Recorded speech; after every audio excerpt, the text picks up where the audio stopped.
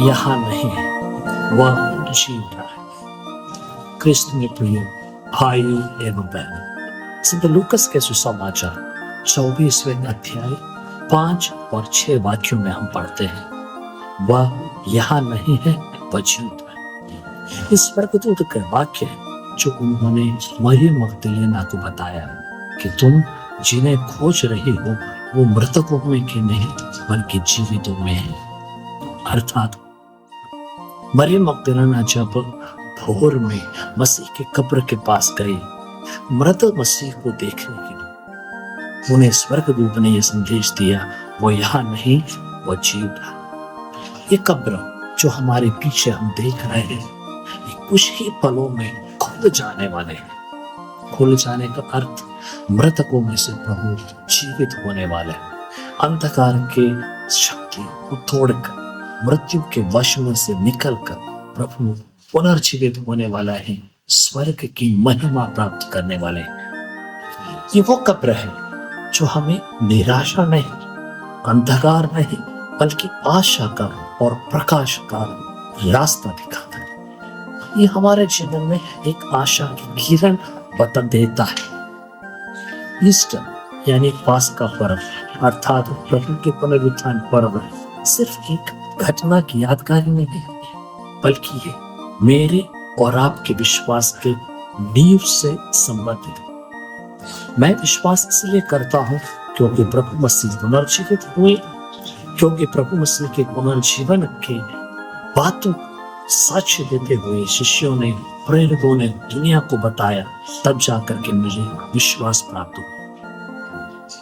ये साल जब हम जुबली वर्ष मना रहे हैं, विशेष रूप से संत पापा के आदेश पर हम लोग इस साल को अपने आप विश्वासियों, आशा के तीर्थ यात्री मानते हैं।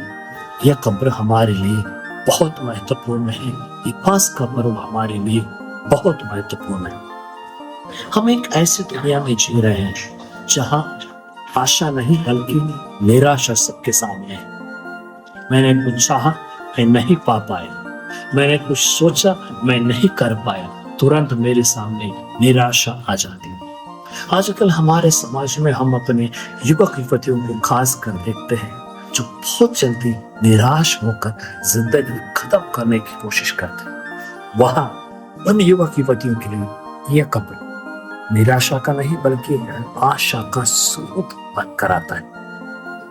क्रिस्त में प्रिय भाई एवं बहन, ये रात जब वो मसीह के पुनरुत्थान को मना रहे हैं, पुनरुत्थान को याद कर रहे हैं, याद रहे ये मेरे और आपके विश्वास का नियम है।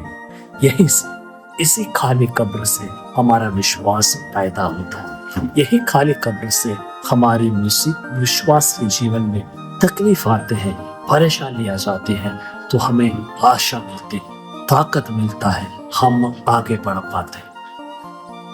पिछले 40 दिन 50 दिन करीब हम लोग उपवास करते हुए, पश्चाताप करते हुए, प्रायश्चित करते हुए अपने आप को तैयार करते आए थे कि हम इस पास्का पर्व में सही रूप से, अर्थपूर्वक रूप से भाग ले सके। ये तब संभव है जब हम इस कब्र से आशा पाने की कोशिश करें। हमारे साथ एक प्रॉब्लम है।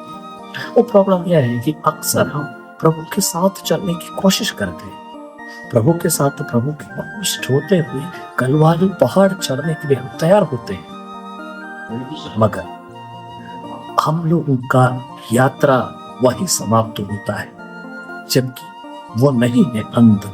वहां से एक ट्विस्ट होता है, वहां से मोड़ होता है। वो मोड़ उस कब्र की तरफ ले जाता है जहां पे प्रभु दफनाया गया था, जहां प्रभु 2 दिन रहे और तीसरे दिन जिए। मेरे और आपके जीवन के, विश्वासी जीवन की यात्रा न सिर्फ प्रभु के साथ कलवारी पहाड़ पर चढ़ना है, न सिर्फ प्रभु के साथ मरना है, बल्कि प्रभु के साथ दफनाए जाना है, प्रभु के साथ इसी कब्र में से जी उठना भी। ये खाली कब्र मेरे और आपके विश्वासी जीवन का ही नहीं, हमारे पुनरुत्थान का भी प्रतीक है। प्रभु जी उठे हैं, वे जी उठेंगे। हम मृतकों में से नहीं बल्कि जीवितों में से हैं। प्रभु हमारे मृतकों के बीच नहीं, जीवितों के बीच में है। हमें चाहिए आज एक आशा का संदेश लेते हुए ये पास्का पर्व आनंद से, उससे बढ़कर प्रेम से मनाते हुए प्रभु के पुनरुत्थान के साक्षी बने। पास्का पर्व के सभी शुभकामनाएं आप सब लोग और पुनर्जीवित क्रिस्त से प्रार्थना करता हूं कि आपके जीवन में कभी निराशा हाथ ना आए बल्कि आशा रहे। आप सब जय